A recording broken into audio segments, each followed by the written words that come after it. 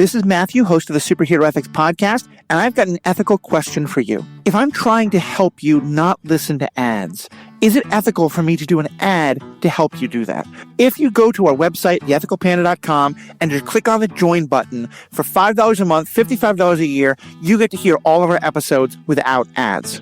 Was I ethical in doing this? Let me know.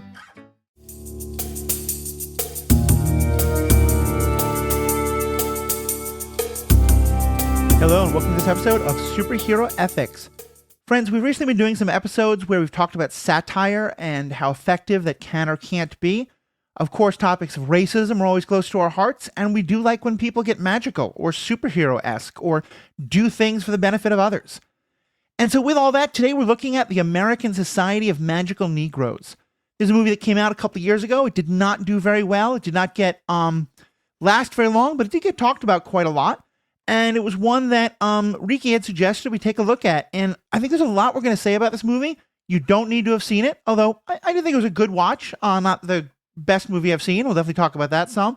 There's a lot we can get into, but Riki, let me just start by asking you, what was it that made this movie one you wanted to talk about? Well, first off, Justice Smith, the lead actor, is fantastic. I've just enjoyed him in everything he's done. So that immediately drew me to it. I saw the title. Most relevant for our listeners here, he was the star of I Saw the TV Glow, which is a movie we talked about late last year that we both really liked. And I saw the title of the movie on a list, and I was like, what the heck is this? Right. And it just immediately drew me in and saw his name, and then I was like, okay, I'm in. I want to watch this. And then it helped that it was also a rom-com, which is... See, I'm continuing to find ways to sneak rom-coms in to this podcast. The rom-comness being snuck into this movie is a topic we're definitely going to discuss, because that was not what a lot of people were expecting from the movie. But sorry, go on. No, I found it an interesting topic, both as a movie to watch and then, I suggested it for this podcast because we've been talking about tropes.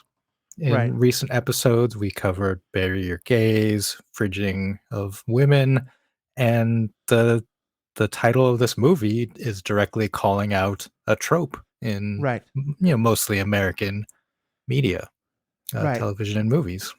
And so let's get into that a bit and then talk about what the movie is actually doing. So this trope, most of you, I imagine, have heard it from time to time, but I don't know how much you know about the details of it. I had an understanding of it, but I didn't know the history of it till I really looked into it. It was coined originally by Spike Lee, a very famous black filmmaker and producer, director, and writer. And he coined the term in 2001. And it's about the idea of a black character who exists without their own interiority, without their own character arc, but primarily to be a inspiration of some kind, sometimes almost magical, perhaps, for the white character who is the essence of the movie. And so Green Mile is one example, the Legend of Bagger Vance and Ghost, Whoopi Goldberg's character in Ghost, are the three that are kind of the most satirized. But it's a trend, I think, that you see again and again and again. Although, interestingly, and this is part of the discussion around the movie, it has definitely been fading a lot since Spike Lee really brought a lot of attention to it. So in the movie, the conceit of the movie is that this thing actually exists and that it is not a creation of white filmmakers and writers, but that it is something that like in this world, the world of Green Mile actually existed. And like Bagger Vance was a real person, although they give him different names for copyright reasons and stuff. And the idea being that this is a society that was informed by black people for the goal of keeping white people happy, with the idea being that when white people are uncomfortable around black people, that can often lead to really terrible things. And so it's really about, in the movie, which is very much tongue-in-cheek, the idea that this is something black people do as a way to keep themselves safe. And so that there's an element of, it's not that black people actually want to be that they're happiest being the people who take care of white people all the time. It's that they're poking a hole in that by saying, as the line in the movie that sparked the most outrage because a lot of people saw this one line in a trailer and never watched the movie, as is unfortunately becoming very common in movie discussion. The most dangerous thing on the earth is white people who are uncomfortable, was the line. And so the movie is all about that, and the movie is about our main character, Aaron, Aren, who is a yarn artist to start out with, which is something that gets kind of satirized throughout the movie. He is inducted into the society. They point out to him that he's been doing this kind of thing all of his life already, that he always tries to kind of make himself small and apologize and do all these things to make the white people in his life feel comfortable. And so why not be actually a part of it in a good way and have this magical power to help white people and thus keep black people safe. And as you can imagine, although that is kind of like the main thing of the movie is decidedly not saying this is a good thing. It is quite on the side of, actually, this is a really bad strategy, and this is actually really kind of causing folks to just live in a survival mindset instead of fully getting to live their lives. And in the as you said, there's a rom-com element because he's put in a situation where the client, as they describe it, his role is to help this very mediocre white guy achieve his dreams. One of his dreams is romantically connecting with this woman they work with. But Aaron, our hero, wants to be with her himself. And in the climax of the movie, he rejects the white guy. He points out a microaggression from the white guy that kind of speaks to a whole bunch of racism. And he refuses to back down when the white guy and the other people around him get uncomfortable.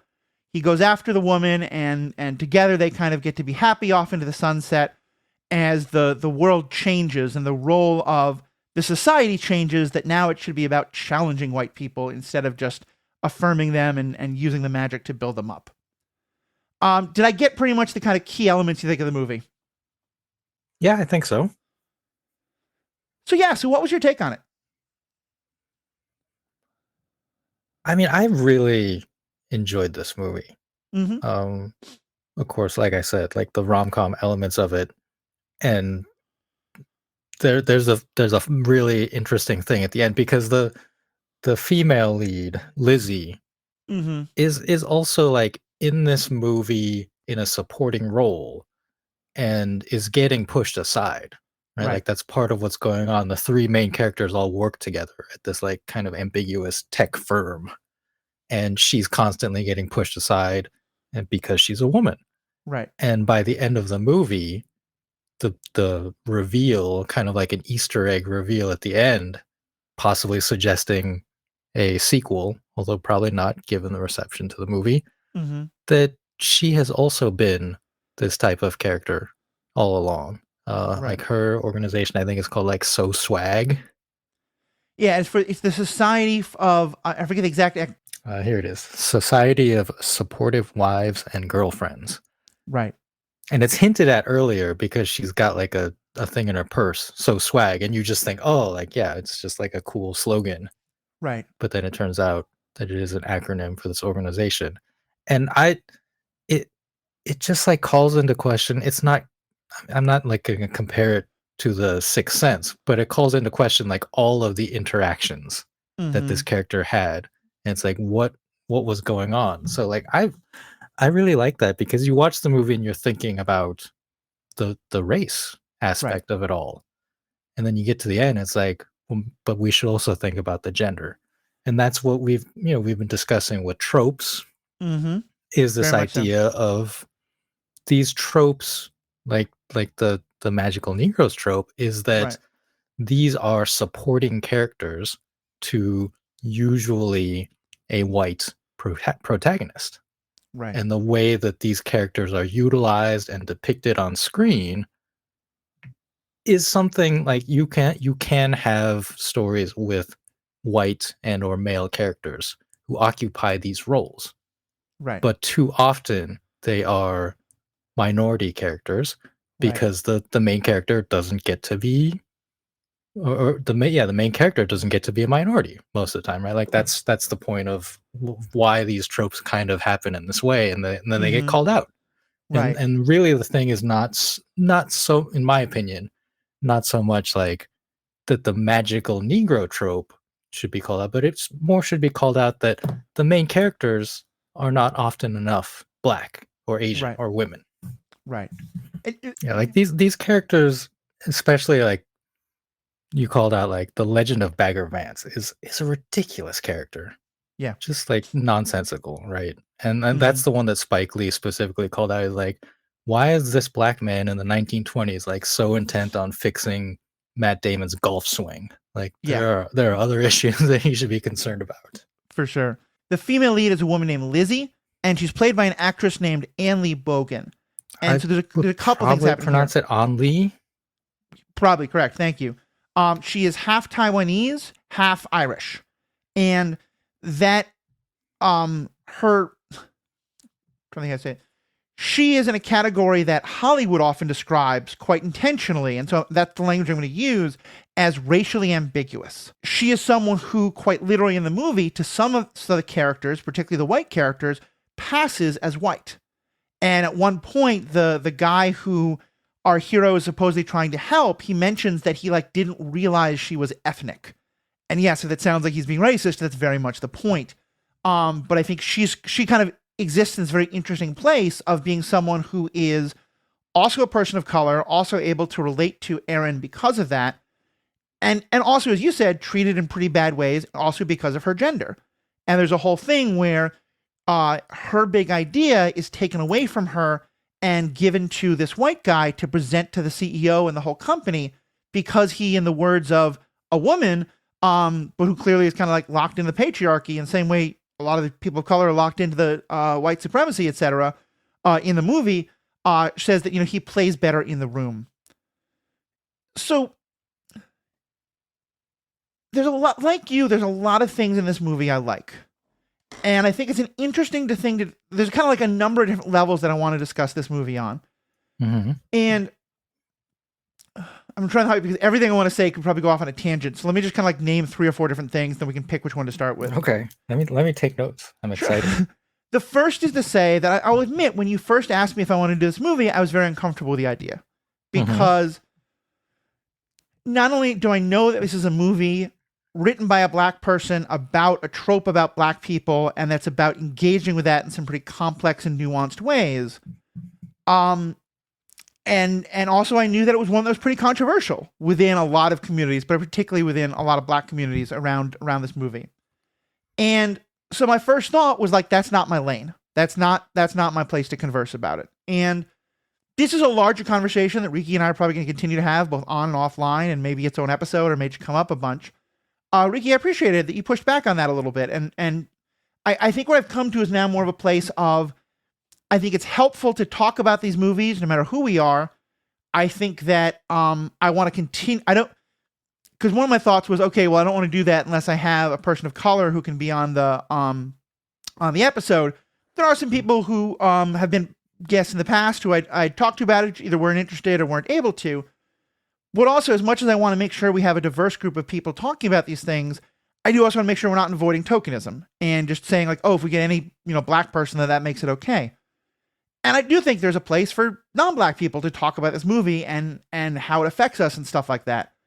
I'm glad we're doing it a lot later, because I do often think that, there's the danger of speaking over voices that most need to be heard. And so often, like when I've done commentary on things like Black Panther or Wonder Woman or stuff, I've often delayed it a little while because I don't want to be the first voice talking about it.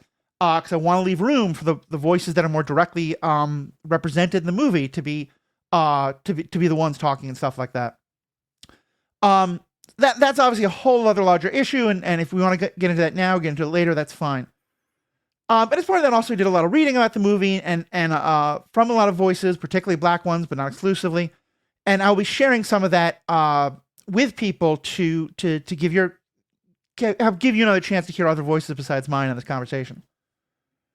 But in terms of my own reaction to it, it felt to me like this, and I think this is kind of gets into a larger question of satire in general.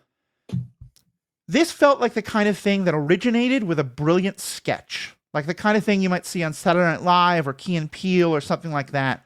They did one. They did one, yeah. Oh, Key yeah. and Peele did. Yeah, okay. Like, let's take this magical Negroes trope and play with it and imagine what if it really existed in the world. I mean, it does exist in the world, but in terms of like those people actually existing in the world, and that it was intentional and it wasn't a creation of white writers, it was a creation of black people as this sort of like, and that the whole thing was meant to be a parody of not only white racism and the like, but the attitude within many minority communities of the best way to keep ourselves safe is to not bother anyone. And I think the movie did a phenomenal job of making that point and making that satire and being quite funny in doing so. I think where it became kind of a problem is, I think that what they were then trying to do was say, let's do that kind of like satirical bit, but then also turn it into a movie. And the movie itself winds up leaving a lot to be desired, I felt like. Particularly, I think, in the characters of Aaron, who, you know, the whole idea is that everyone sees him as just this magical Negro and he himself doesn't want to be that. But we wind up not really knowing anything about his character. And I think also with Lizzie, there's a lot of ways in which the ending felt a little bit like a cop-out of her being part of that organization, because it did feel like there was a lot of ways in which the sexism she was experiencing was kind of mirroring to what Aaron was experiencing as racism, in terms of like she often is apologetic towards white men or others who might sort of, you know, see her uncomfortably or things like that. But they never really had a chance to discuss that or get into that in any more depth.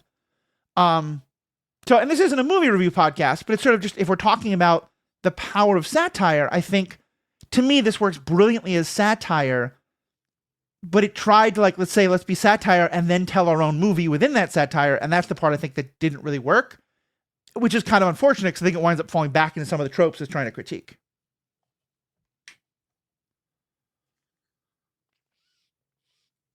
Sorry, that was a whole monologue, so now jump in wherever the hell you want.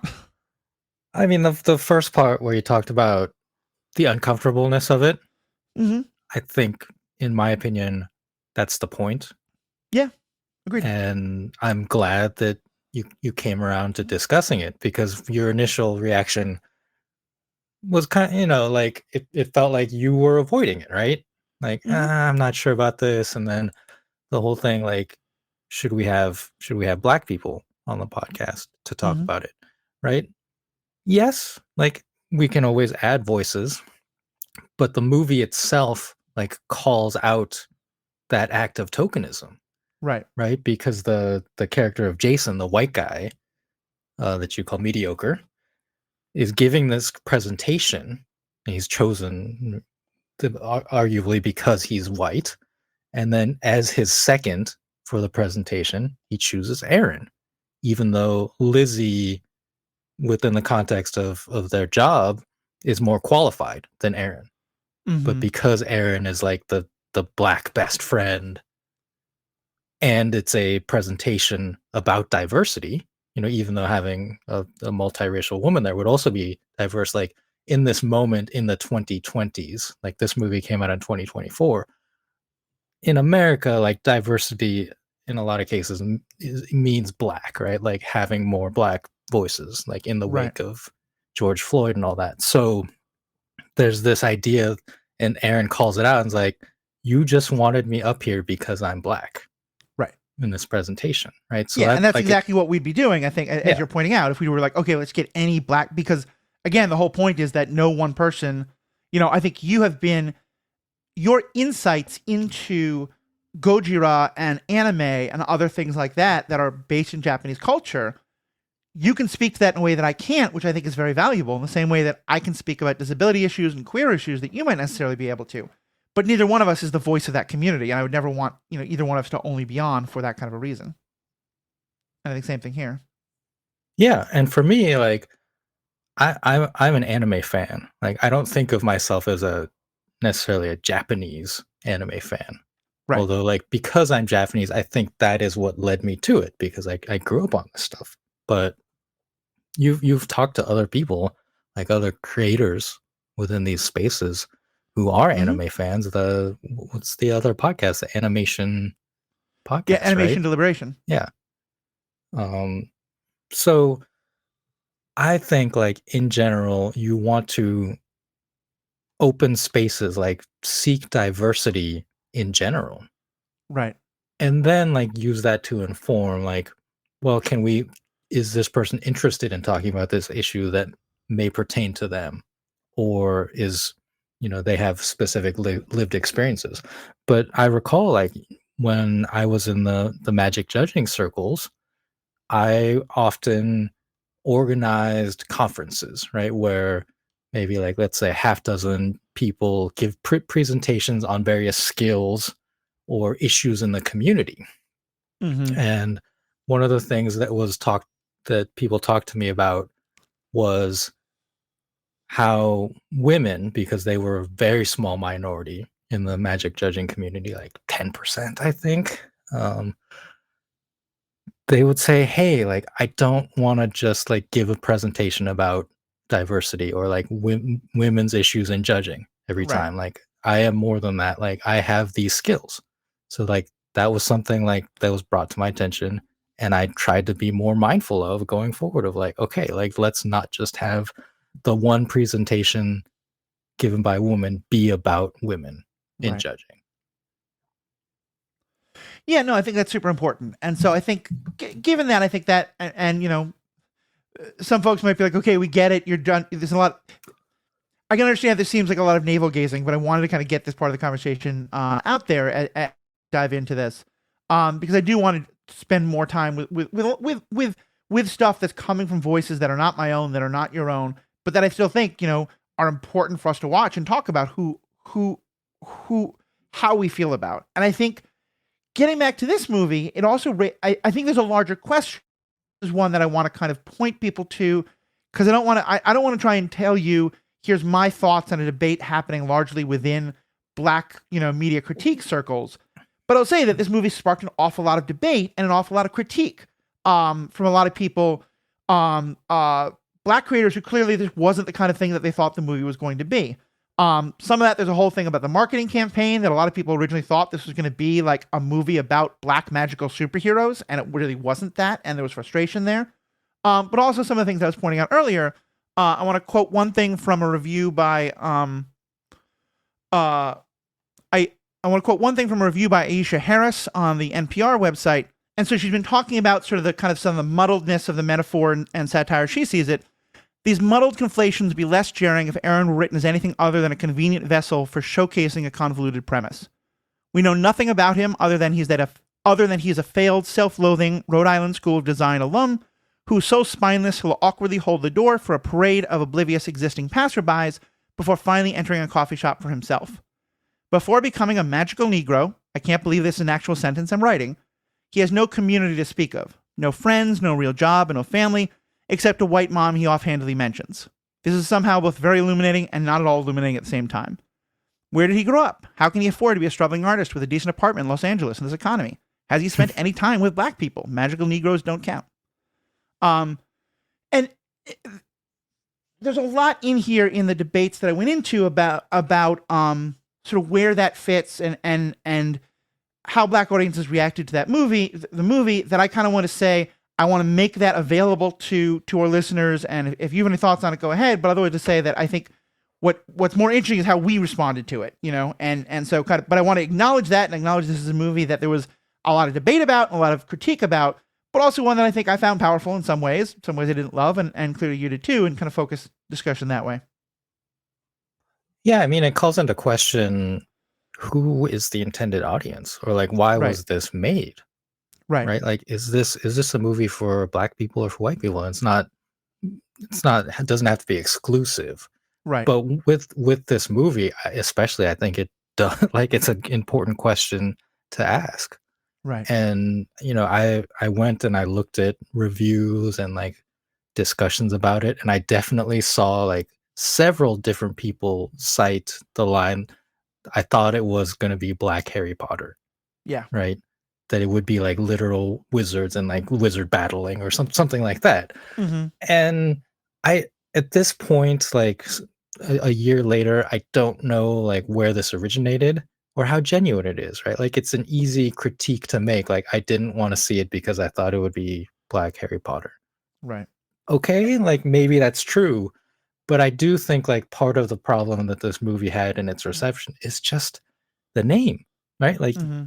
you see this name, and I think a lot of people do get uncomfortable. And I saw one person say, like, how is a white person supposed to go to the movie theater and ask for a ticket to this movie?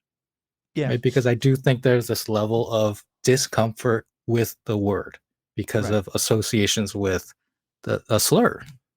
I did see a couple reviews written by white people where they blanked out the word, and I think we both agreed, like as I understand at least, and if people wanted to say that they're uncomfortable with us using the word, then please write in. But that it is, it is a word with historical tones and often can have be used in very racist ways, especially if you use it to describe people today.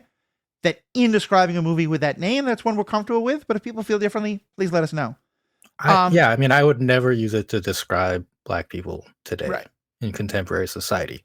And that's part of the point, I think, of the use is in the same ways that baseball had the Negro leagues. Right. And that is like they have now been inducted into the Hall of Fame. It's been acknowledged as a part of the history of Major Right. League Baseball.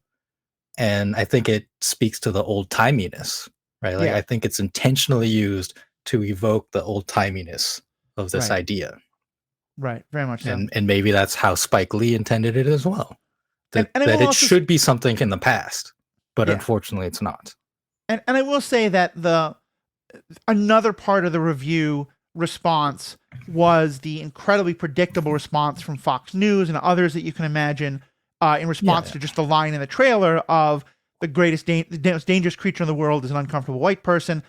I'm discounting that. I think if you're the sort of person who that's your focus, then I don't know why you're listening to this podcast. But just acknowledging that it was out there. But so acknowledging all of that, let's actually talk more about where we saw it. How do you feel this movie affected you in terms of, like, did you feel you came away with it with a different understanding of this trope or how this trope relates to others or kind of anything like that?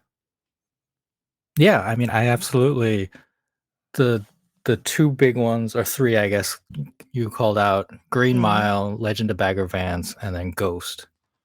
And that led me down subsequent rabbit holes where, like, Whoopi Goldberg in Ghost was actually a couple of years after Star Trek: The Next Generation started, right, where Whoopi Goldberg plays Guinan, who I love the character, but Yeah. like thinking about it, it's like Guinan is a magical Negro character, right? Like she literally has these weird space time powers that are never explained, Right.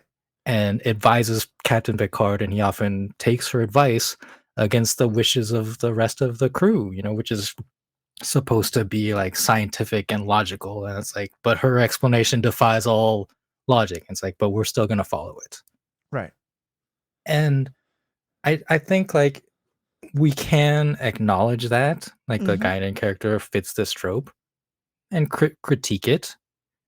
Right. But it's Star Trek, right? So it's like, but Star Trek also has Geordie LaForge in that series. And like it's not like a one or the other, like, I mean, like black or white, right? Like it's not always gonna be like that. Like I thought about Morpheus the same way.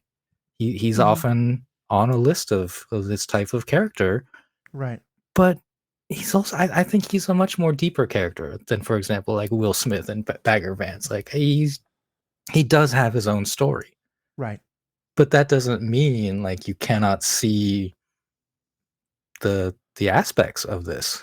Yeah, I mean, I think very much like fridging and gay, very much like fridging and like bury your gays that we've talked about before. It's not a black or white thing, and even that, I'm kind of hearing that use of the different trope, and as I say that, there are spectrums, and the idea of a character who is a mystical, sort of scientific, but beyond the understanding of the crew of TNG, who gives advice and help point people in the same direction and often has kind of otherworldly, outside of science knowledge and powers, is, I think, a perfectly legitimate character to have in a sci-fi, but sci-fi plus kind of world of Star Trek, where there is an awful lot of that kind of stuff, especially as we get further away from Gene Roddenberry's stuff.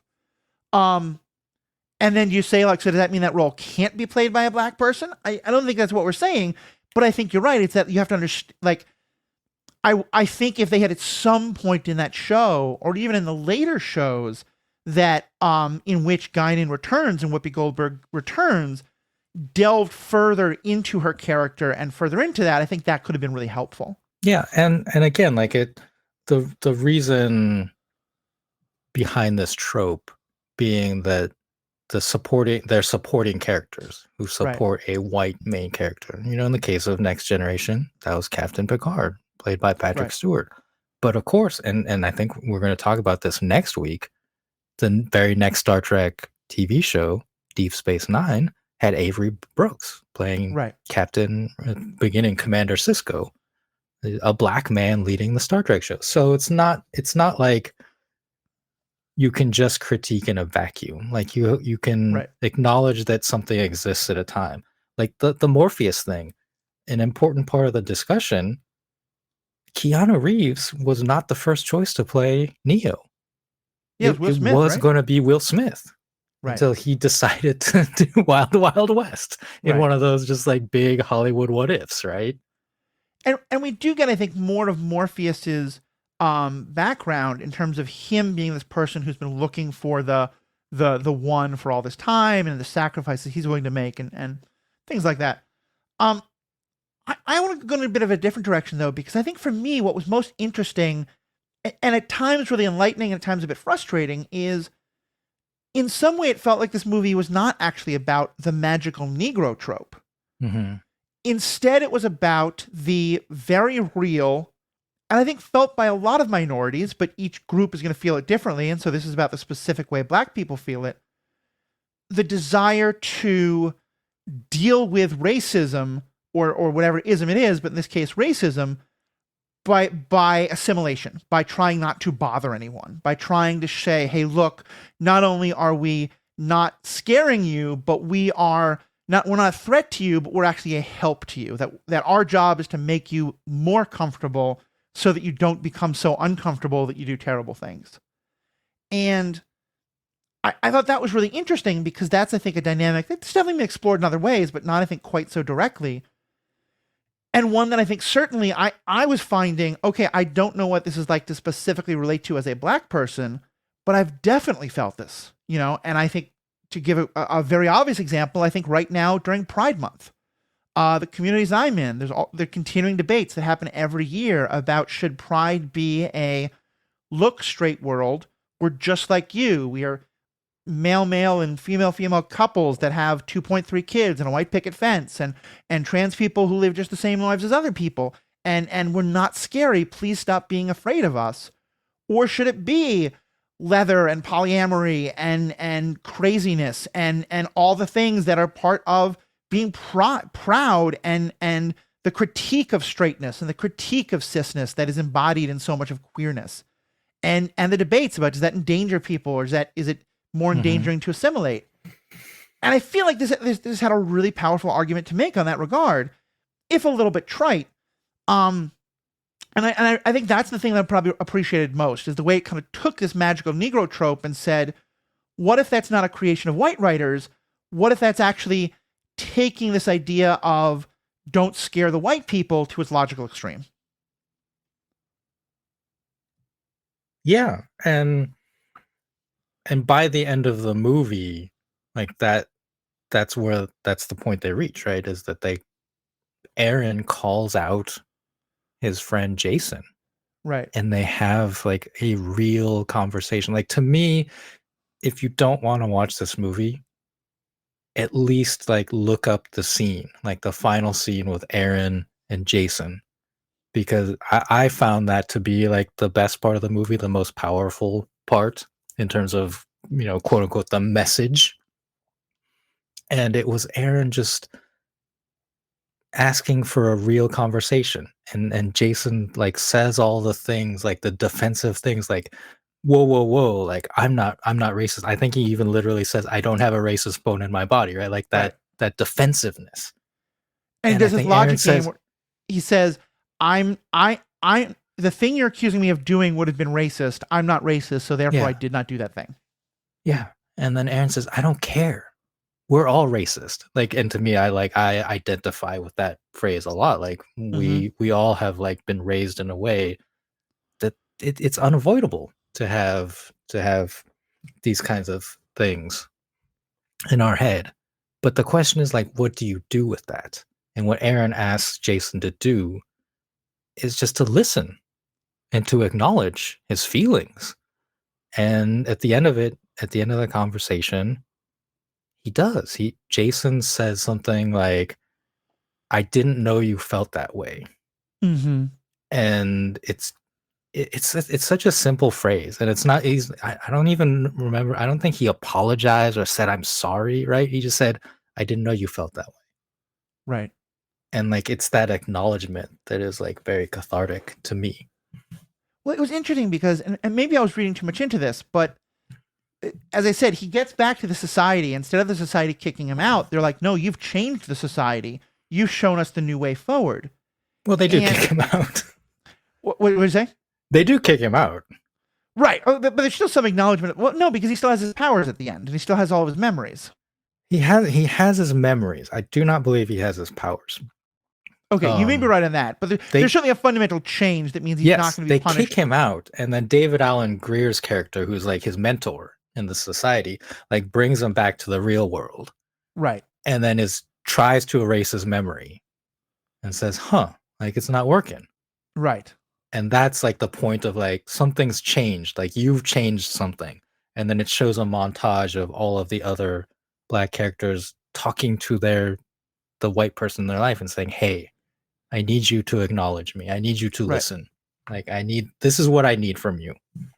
See, but where I thought going with, and maybe I'm giving the movie too much credit here, is like, 'cause all through that speech he has against Justin, the problem is that Jason, sorry, thank you. The problem is that Jason is taking this as a moment all about him. And Aaron literally says that. He says, no, I'm not trying to make this a discussion about whether you are or not racist. What he says is that let me start that again, that, one of the first things Aaron says in that confrontation with Jason is he calls out the racism of that statement and then says, oh my God, I feel so much better. And he's talking about that while Jason is trying to defend himself from being racist. Mm-hmm. And Aaron doesn't even want to engage with him on that. He doesn't want to make the discussion be about, Jason, are you or are you not racist? He wants to be about how much better he feels getting to speak his truth. And he has to say to Jason, like, this isn't about you. Yeah. And when Jason says in this kind of big climactic moment, thank you, I'd never heard that before, I read that as Jason making it about him again.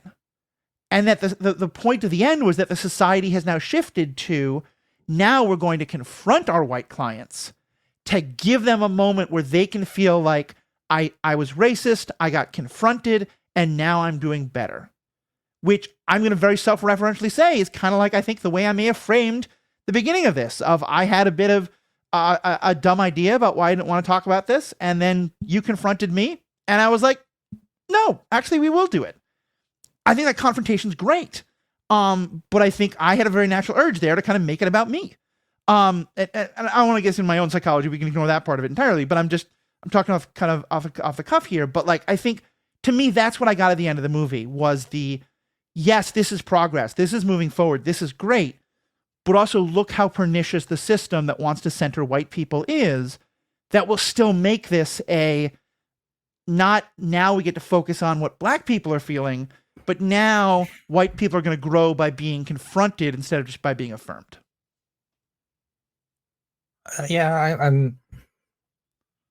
I disagreed kind of with the first part, but now I agree with your end. Like, specifically the phrase grow. Right. I think that's the important part, is that I feel like the character of Jason by the end of that conversation has grown and has changed. And it's not fully acknowledged because, yes, at this point, it's not his story. It's Aaron's story, right? Right.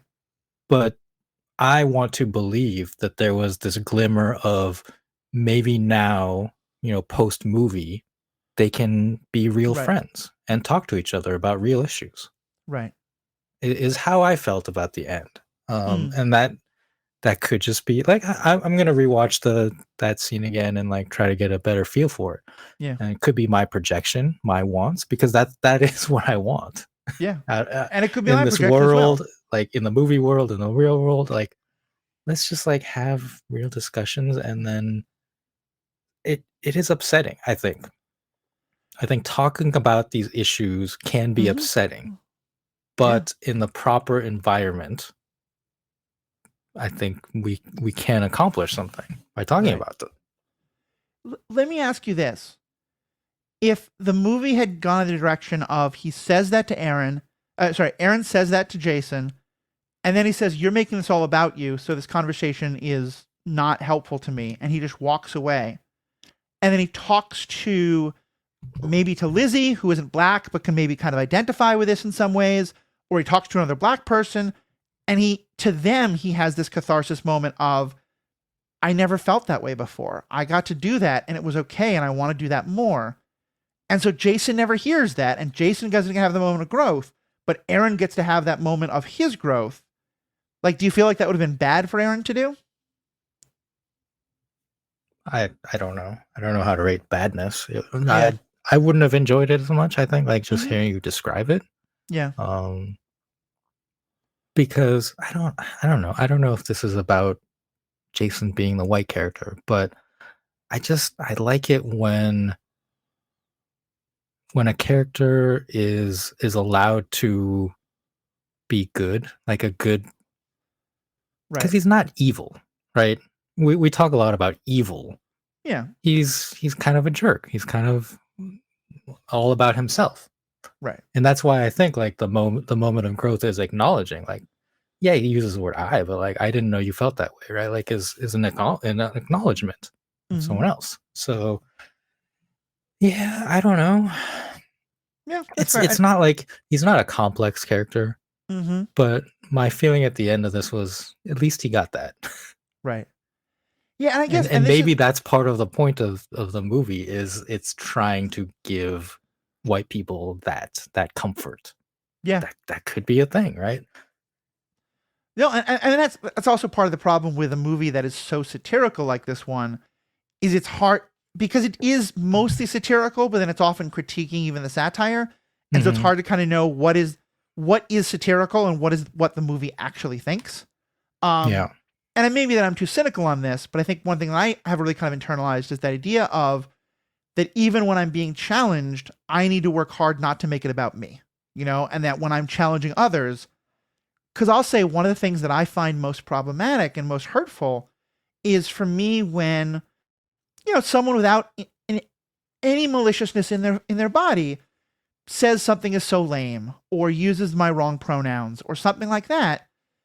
If I call them out on it, a lot of times what I'll get is not as bad as Jason by any means, but still some level of, oh, I'm so sorry. I would normally never do that. I just, a lot of discussion of them being concerned about how I will see them because of what happened. And I probably Sure. do that too. And I think it's a very natural thing, but it still is making yourself the focus of the conversation when it should be on the other person whose feelings were hurt or who just wants you to learn something and move on. And so that's maybe why I see it. And maybe also I'm giving the movie too much credit because I want to really like this movie. And so that's why I really like the idea that this is kind of a second part of the satire of even when we confront white people, that's what the response they're going to have, myself included. But you're right. I may be projecting that entirely, and it may be that the movie wasn't trying to go there. I think it is trying to acknowledge that. Like that idea of, there was a book written called White Fragility. Right. And that phrase has kind of become the emblem for this of this person who is called out, and the defensiveness of like, I'm not racist, Mm-hmm. right? And yeah, I don't know. I mean, for me, I think if if I make a mistake, I think acknowledging the mistake is important, Mm-hmm. and apology may be appropriate, but also just do better. Right. Yeah, that makes sense. I mean, like, let me. No, I don't want to make it about that. No, I think that's right. I think there is no one right answer to any of this, and there's no 1 2 hour movie or hour and 44 minutes, which I will say is something in its favor. It's not a super long movie, and well, There's other stuff I wish was in the movie. I'm also glad it was not super long. Yeah, You that's know, the go ahead. review. The review you read earlier Uh-huh. from Aisha, right, from Yep. NPR. Mm-hmm. I found it interesting because I was thinking like this is just a movie. Like how much of that can you fit in, right? Mm-hmm. And that's part of my defensiveness of this of Yeah. for in on behalf of this movie. But we often discuss things like that where it's like, oh, this character wasn't very well developed. Yeah. I tend to have I tend to go easier on movies in terms of character development I think it's because of fair. the time constraints. I think it's When it fair. comes to television shows, like in Mm. Andor, it's like, why didn't you make more time for this character? Like Yeah. you had plenty of runtime. And I think that's a phrase that I've started using more often. I think I want to be somewhat intentional about is I, what I love is things that raise good questions like this one for us to discuss, and that I think there are pieces of media that I love that they raise really great questions. And I may not love the answers that the movie suggests, but I really still appreciate the way the movie raises the questions. And I think that's kind of where I would view this movie is I think like if if you want to if you want to take a movie that is like the perfect way to teach racism to people, I'm probably not going to start with this movie. But if you have a group where you want to have like an interesting discussion about this trope and the different tropes that we've been discussing and how they play out, I'd say this movie is a good place to start because it does raise a lot of these questions, especially if you have some of the larger context in which it's being discussed and things like that.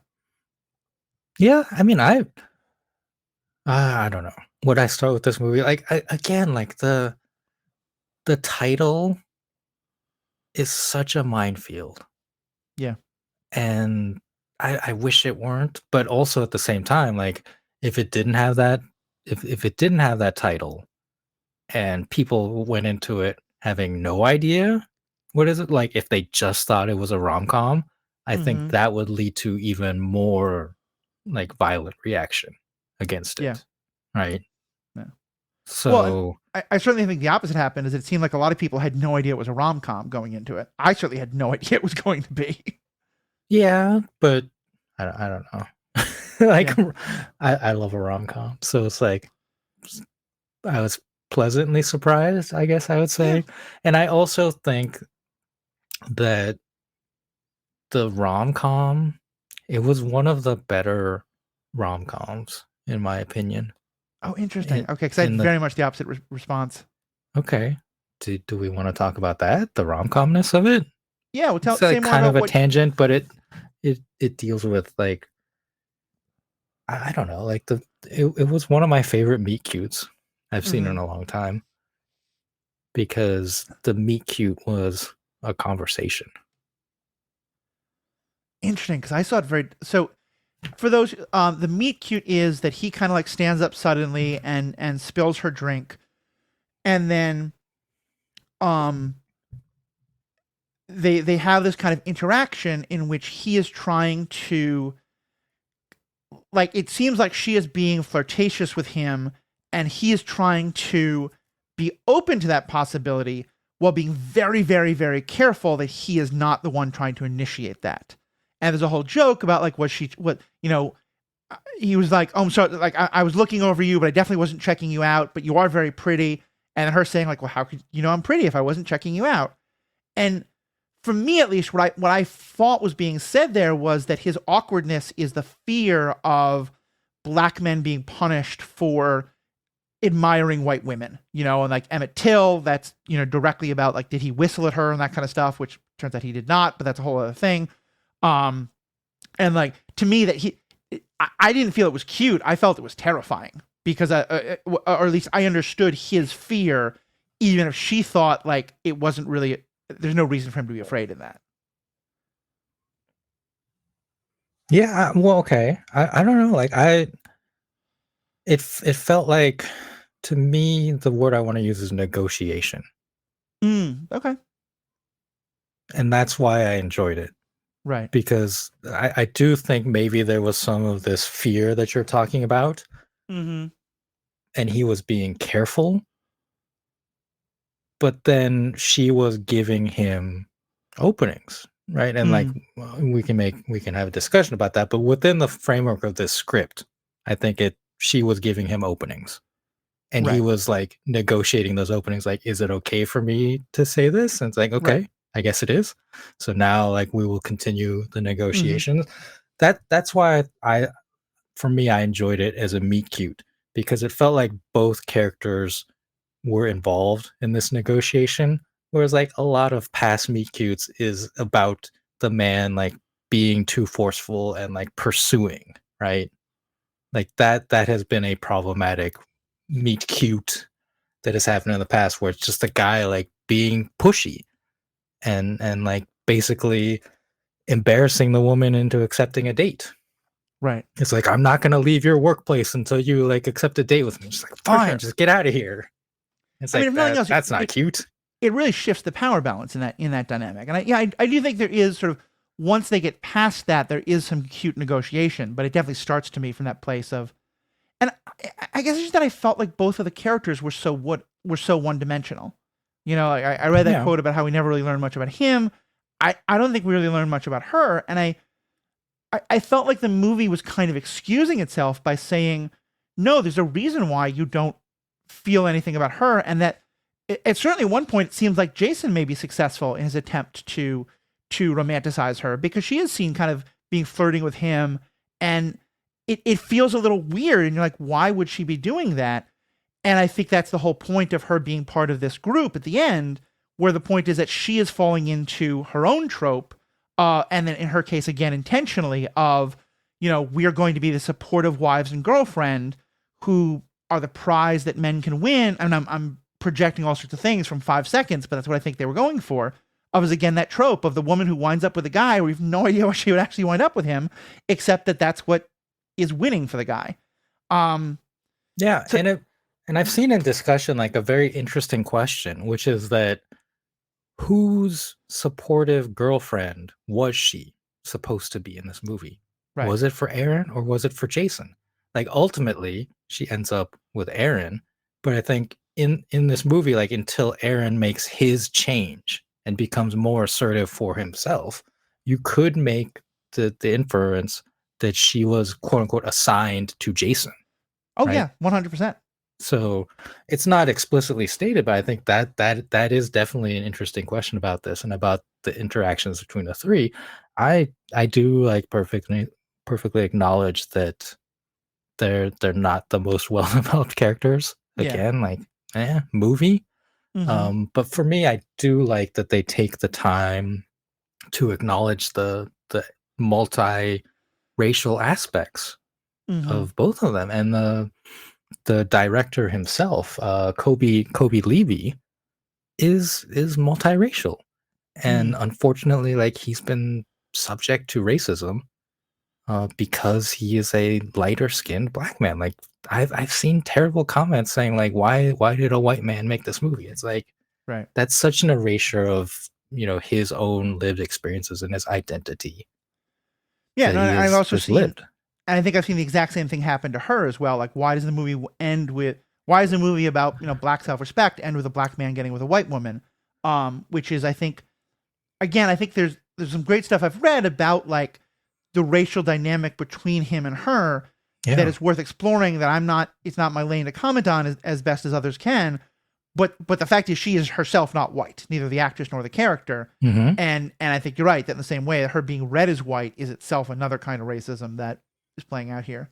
Yeah, But also, and this and I think, I guess going back to the point though, I think that's, for me, it's hard to see it as a rom com, because I feel like it in its way it's also satirizing rom coms, because like it is. the Yeah. the very end of the movie is he says like, we've got to get out of here, and then he teleports them out of the building to the top of the Empire State Building, which has Yep. been this sort of like romantic thing that was set up, you know.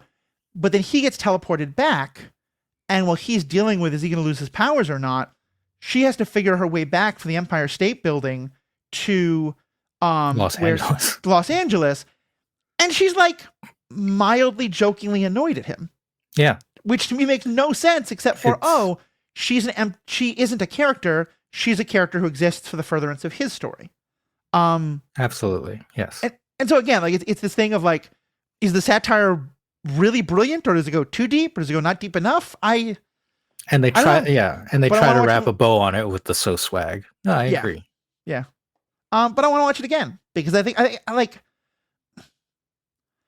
what to me the worst thing is if people look at this movie and say, "Here's a reason not to make movies like this," because I think, and I think I've said this before, but I think it's fair. I think this movie tried something really interesting, and we can say maybe they didn't do the best job of it, and maybe it needed to be more aware of certain dynamics to do it. But I'm glad that it did it. And I kind of want more movies like this, even if I don't think this movie was the best example of what a movie like this could be. Did that make sense? Yeah, I absolutely, and I agree with that. I mean, as a movie, it's pretty middling, right? Like Mm-hmm. I'm not going to put this on like a best of list of any category, unfortunately. But I enjoyed watching it. Like you said, I think it's a good rewatch because or now maybe like if you've never seen it, it's a good first watch if you have the context of the so swag Mm-hmm. society, the wives and girlfriends society, because it has that sixth sense element of like, oh, like I need to like rewatch these scenes with this context in the back of my head. Right. Because I'm sure like as the creators, like they knew how it was gonna end. So there are probably like deliberate Easter eggs, or at least like I understand like why this played out this way. Right. Yeah. No, I can definitely see that. I can see that. Well, I think that's a good place to put a bow on this conversation. Not that it's over, but I think that there's just so much more we could say. But it's been about an hour. Any other last comments you want to make about this movie or this conversation? Yeah, you mentioned Key and Peele. They did do a Mm-hmm. sketch where they both play magical Negro characters who are basically like they try to advise the same white guy, and then they have like a moment and then end up Oh in no. basically an anime fight where Uh they're huh. using their magical powers against each other, like throwing fireballs and stuff. So it's a I don't know, like 5 minute sketch. Like it's worth a Yeah. look up. Yeah. Yeah. I think that could be fun. I also think like not to end on a critique, but I think one more thing I think that disappointed me, and I certainly heard a lot of people being disappointed by, is the concept of the magic. Like, it's not that I need explanations of it, Oh yeah. but I don't think our main character ever gets it. Like, he gets the ability to teleport, maybe teleport others, but like, the movie starts with this ridiculously drunk white girl basically asking Aaron, a total stranger, to hold her purse and her credit card. And he's like, no, don't do this. This is a bad idea. But she does it. And then, of course, her white boyfriend shows up and sees it and misunderstands it. And then the David Allen Greer character comes along and just magically transports, like, moves the bag from his hand to her hand to avoid the problem. And we see a couple other instances of that, like someone magically making someone better at billiards or golf and stuff like that. And I would have loved to see more of that kind of direction. But again, it can't be everything to everybody. Yeah, I mean the magicalness is the whole basis of the storytelling, like Yeah. the conceit. But I think the for me the emotional crux has nothing to do with magic, and it Yeah. is all like that. The conversation at the end to me is very important, and there's like a lot of interesting stuff littered in. Aaron and Lizzie have a conversation in a park, right? About relationships and Mm-hmm. multi-ethnicity and all that, and I'm also glad like the actors I've seen interviews where they get to talk about it, Yeah. about their own experiences of being multiracial in Hollywood, Yeah. and and For trying sure. to find roles and navigating like is this a black role, is this a white role, is this an Asian role, like that's those are interesting conversations again Yeah. that should be had. And I am glad that this movie exists. Yeah. Like I said, it's not a great, like fantastic movie, but it's enjoyable enough as a light, 2 hours to spend. Yeah. And I do think like it brings up like interesting questions, interesting discussions that I'm glad we were able to have. Yeah. Me too. Like I said, it raises good questions, and I think that's the most I can ask a lot of times from stuff like this. So, Listeners, would love as always to hear what you think. We'll share some different articles with you about the movie in the show notes. Of course, in the show notes also, you can find all the ways to contact us: Twitter, email, Facebook, etc. Let us know what you think. Please keep listening. Please subscribe, and have a great day.